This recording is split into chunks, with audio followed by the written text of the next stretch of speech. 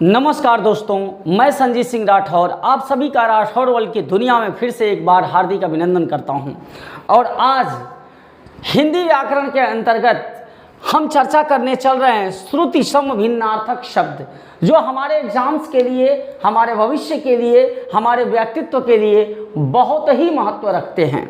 मित्रों, श्रुति सम भिन्नार्थक शब्द को सम श्रुति भिन्नार्थक शब्द के नाम से या भिन्नार्थक शब्द के नाम से भी जाना जाता है।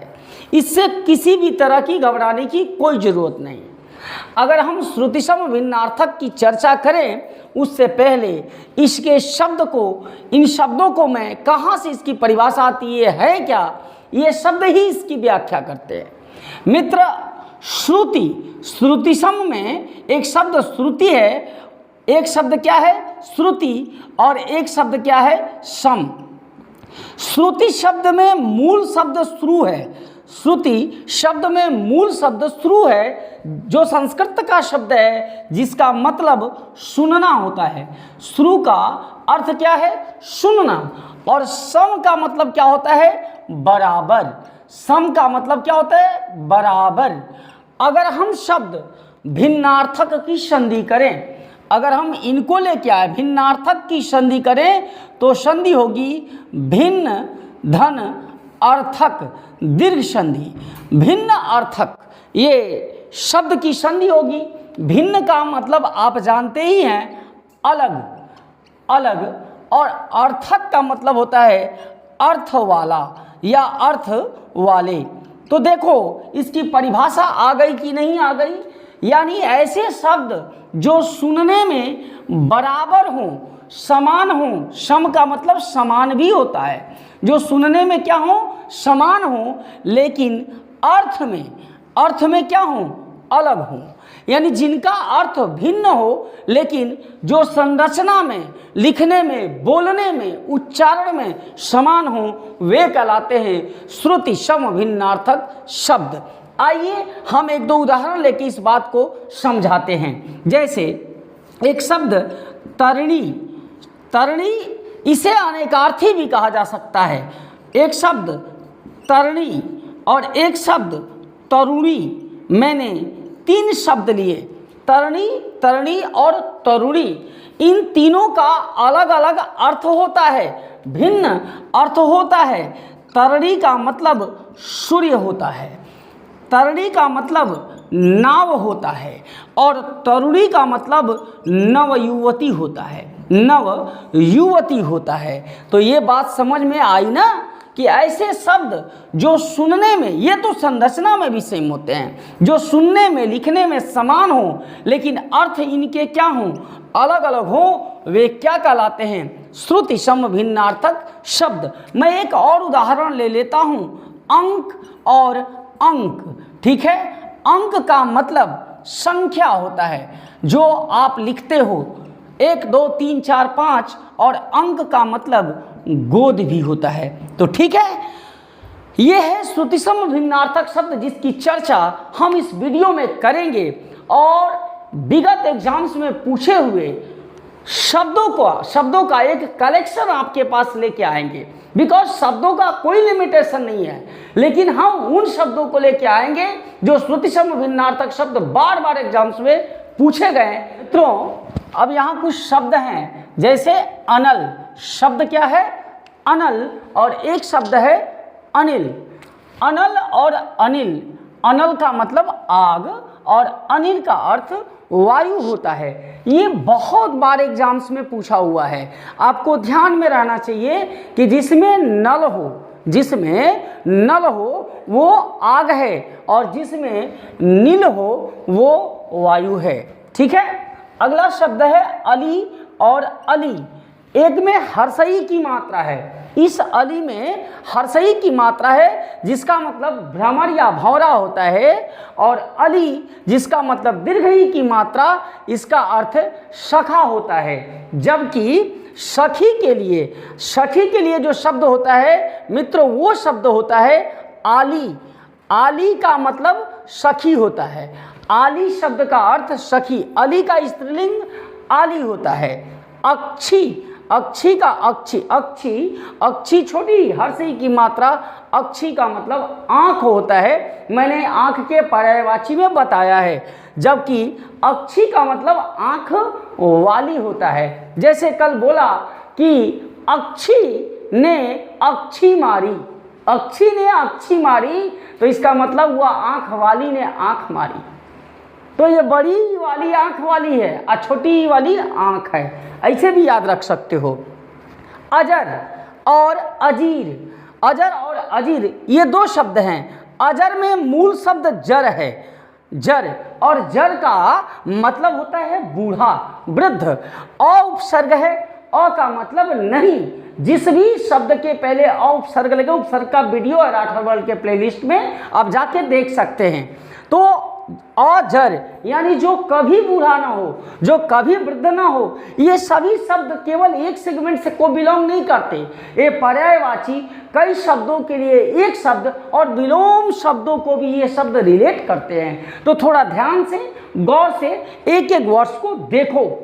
तो बोलता है अजर का मतलब जो वृद्ध ना हो, और अजीर, अजीर का मतलब आंगन होता है, आंगन। अगला शब्द है अंश। तालव्य स और दंत स बड़ी खतरनाक वर्ड है गुरु।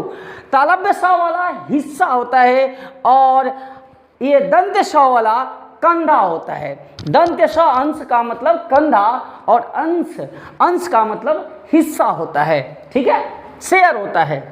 ये तो भाई कई बार पूछा हुआ है। कुल और कुल में क्या अंतर है? तो क पे छोटू छोटू छोटाऊ की मात्रा होगी तो उस कुल का मतलब खानदान या परिवार होता है। कुल का मतलब खानदान या परिवार, जबकि दीर्घ ऊ की मात्रा होगी तो कुल का मतलब किनारा होता है। बहुत ही इंपॉर्टेंट है, बहुत बार पूछा जा चुका है। नीरज, मैंने ये कमल के पर्यायवाची में बताया कि नीरज का मतलब कमल और नीरद का मतलब बादल होता है। वहाँ खेल ज और द का है। ज का मतलब जन्म लेना और द का मतलब देना। तो जो नीर अर्थात जल से जन्म ले वो कमल है, और जो नीर अर्थात जल को प्रदान करे वो बादल है। अशक्त और आशक्त, अशक्त और आशक्त, अ उपसर्ग लगा। और शक्ति में मूल शब्द शक्त है, अर्थात जो जिसमें शक्ति न हो। अ का मतलब न हो, जो शक्ति विहीन हो वह शक्तिहीन हो वो अशक्त है। और आसक्त का मतलब जो अट्रैक्ट हो, जो मोहित हो, किसी के बस में हो, वो आसक्त है। फिर बोला अवधि, अवधि का मतलब छोटी हर्षई की मात्रा समय, जबकि दीर्घई की मात्रा अवध की भाषा को दर्शाती है। यानी दीर्घई की मात्रा अवधि एक भाषा है और हर्षई अवधि समय है। कृपण, कृपण का मतलब कंजूस होता है, माइजर कंजूस होता है, जबकि कृपाण मैंने तलवार के पर्यायवाची में बताया है। तो ये फर्क कृपण और कृपाण में है। मित्रों, अगर हम क्षति की बात करें तो क्षति का मतलब तो आप जानते ही हो, हमारी बहुत क्षति हो गई, तो क्षति का मतलब हानि हो गई। और क्षिति का मतलब पृथ्वी होता है। क्षिति, इसी क्षिति से शब्द लिया जन्म क्षितिज, क्षितिज जहाँ पृथ्वी और आकाश आपस में सटे हुए दिखाई देते हैं। तो क्षति का मतलब हानि और क्षिति का मतलब पृथ्वी होता है। अवलंब, अविलंब, आहा, अवलंब, हे नाथ तुम अवलंब हो हमारे। हे शिष्य, हे बड़े भाई, हे छोटे भाई, सभी आप अवलंब हो हमारे राठौर वर्ल्ड के। इसलिए आपसे बार बार निवेदन कर रहा हूं कि कृपया वीडियोज को लाइक करिए और वीडियोज के नीचे कमेंट बॉक्स पर कमेंट लिखिए, राठौर वर्ल्ड को शेयर करिए, सब्सक्राइब करिए। आपके सिवाय हमारा कोई अवलंब नहीं है। ये अवलंब को याद करने का तरीका भी है और यश के सर को क्या अवलंब देने का भी तरीका है। और इस अवलंब को करने के लिए अविलंब मत कीजिए, तुरंत कीजिए सर। फिर कहा पानी और पानी, पानी का मतलब जल और पानी का मतलब हाथ, ठीक है। ये देखो कोश, तालव्य स और मूर्धन्य स का क्या खेल है। जब तालव्य स होता है तो शब्द कोश होता है, शब्द भंडार होता है, और जब मूर्धन्य स होता है तो सेठ जी का खजाना होता है। विद्वानों का कोष तालव्य सा है और सेठों का कोष मूर्धन्य सा है। ऐसे याद रखो दिमाग में, ठीक है। अनिष्ट और अनिष्ट, निष्ठ आया है, अनिष्ट का मतलब सभ्य होता है, निष्ठ, निष्ठ शब्द का मतलब सभ्य होता है, और अनिष्ट का मतलब जो असभ्य हो, जो बुरा हो, वह अनिष्ट है। और अनिष्ठ आया नहीं, यानी जिसके अंदर निष्ठा ना हो, प्रेम ना हो, लगाव ना हो, वह अनिष्ट है, अर्थात निष्ठा रहित है। अगला श्रुतिसम भिन्नार्थक शब्द अभिराम। अभिराम का मतलब सुंदर, और अविराम अ लगा है, विराम मीन्स आराम, और अविराम का मतलब बिना विराम किए हुए, बिना रुके हुए, बिना रुके अविराम। आकर और आकार कई बार पूछा हुआ प्रश्न है। आकर का मतलब खान और आकार का मतलब आकृति।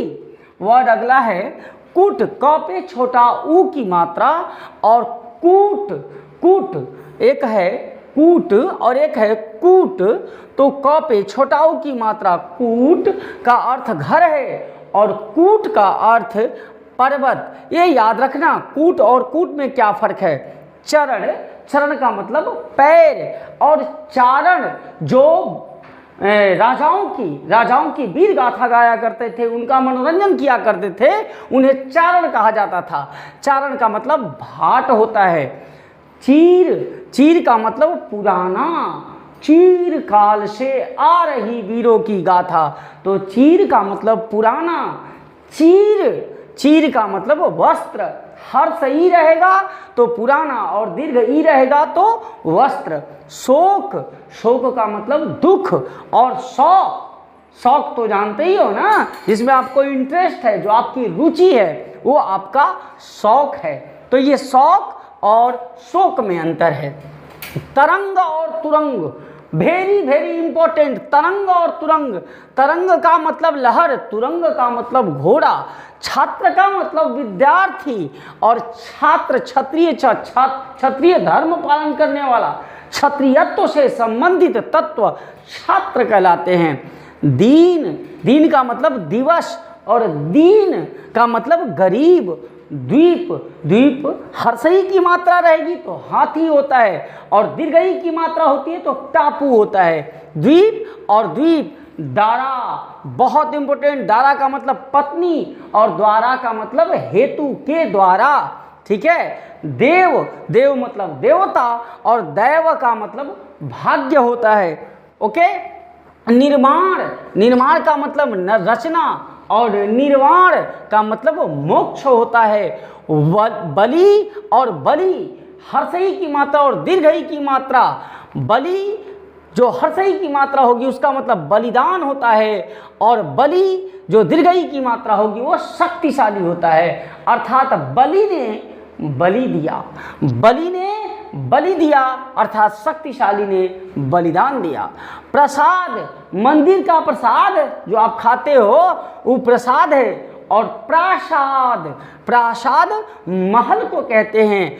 प्रणय, प्रेम, और परिणय, विवाह। जीवन में नायक और नायिका के बीच पहले प्रणय होता है, तदोपरांत उसका परिणाम परिणय होता है। तो प्रणय का मतलब प्रेम, और परिणय का मतलब विवाह। बहुत इंपॉर्टेंट वर्ड बदन और वदन। बदन का मतलब शरीर, और वदन का मतलब मुख होता है। बदन माने शरीर, और वदन का मतलब मुख होता है। भुवन संसार को कहते हैं, और भवन घर या महल को कहते हैं। तो नेक्स्ट वर्ड अभय। अ उपसर्ग लगा, अ का मतलब नहीं, और भय का मतलब डर। तो अभय का मतलब क्या हो जाएगा, निडर, यानी जिसके अंदर भय न हो। और उभय कॉमन सेगमेंट को कहते हैं, कॉमन फैक्टर को कहते हैं, जो दोनों में शामिल हो। सुर, दंत्य श, दंत्य श, सुर का मतलब अंधा होता है, जैसे सूरदास सौ पे बढ़ाऊ की मात्रा। और सुर तालव्य श, जब तालव्य स रहेगा तो सुर का मतलब वीर, योद्धा, बलवान, और सुर दंत्य स रहेगा तो अंधा होता है। अब क्या बोला, किला, किला का मतलब दुर्ग होता है, किला, है ना। बहुत सारे किला आपने सुना होगा, मुगल काल में बहुत ज़्यादा था। और किला गांव में खूंटा किला ठोकते हो ना, तो उसको खूंटा कहते हैं किला को। और किला माने दुर्ग होता है। चरम का मतलब अंतिम, और चर्म का मतलब खाल होता है, चमड़ी होता है। लक्ष्य संख्याओं को, लाख को कहते हैं, और लक्ष्य उद्देश्य को कहते हैं। आदि का मतलब आरंभ होता है, आदि का उल्टा अंत होता है। और आदि का मतलब आदती होता है, एडिक्ट होता है, ठीक है, आदती। फिर बोला आदि, ये आदि है, ये ध है और ये द है, इसमें मत कंफ्यूजन आना, बहुत इंपॉर्टेंट चीज है। आदि का मतलब मानसिक रोग, और आदि का मतलब आधा हिस्सा, हाफ पार्ट। भव का मतलब संसार, और भव्य का मतलब शोभनीय।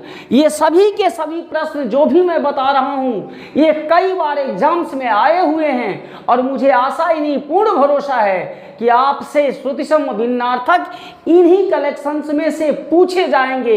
इसलिए इन्हें एक दो बार कान में लगा के सुन लो, एक दो बार देख लो, ये सारी चीजें आपकी हो जाएंगी। इनसे पर्यायवाची, विलोम और कई शब्दों के एक शब्द में भी इनकी जरूरत पड़ती है। मैं बार बार बोल रहा हूँ, शस्त्र का मतलब हथियार, और शास्त्र का मतलब ग्रंथ होता है, धार्मिक ग्रंथ। कटक सेना के समूह को कहते हैं, और कंटक कांटा को कहते हैं। चपल, चतुर और चपला विद्युत या बिजली का पर्यायवाची है। बात माने कथन होता है, जो मैं बोल रहा हूँ, जो बात बोल रहा हूँ, बात ब और वह रहेगा तो वायु होता है, इसलिए वात विकार होता है, वायु विकार होता है। तो ये बात और वात था। अयस का मतलब लोहा होता है, दंत्य स और तालव्य स हो जाएगा तो वह अयस अपजस हो जाएगा, वो यस बोला जाता है। यस का उल्टा अयस होता है। तो अयस का मतलब लोहा, और अयस तालव्य स का मतलब अपजस होता है।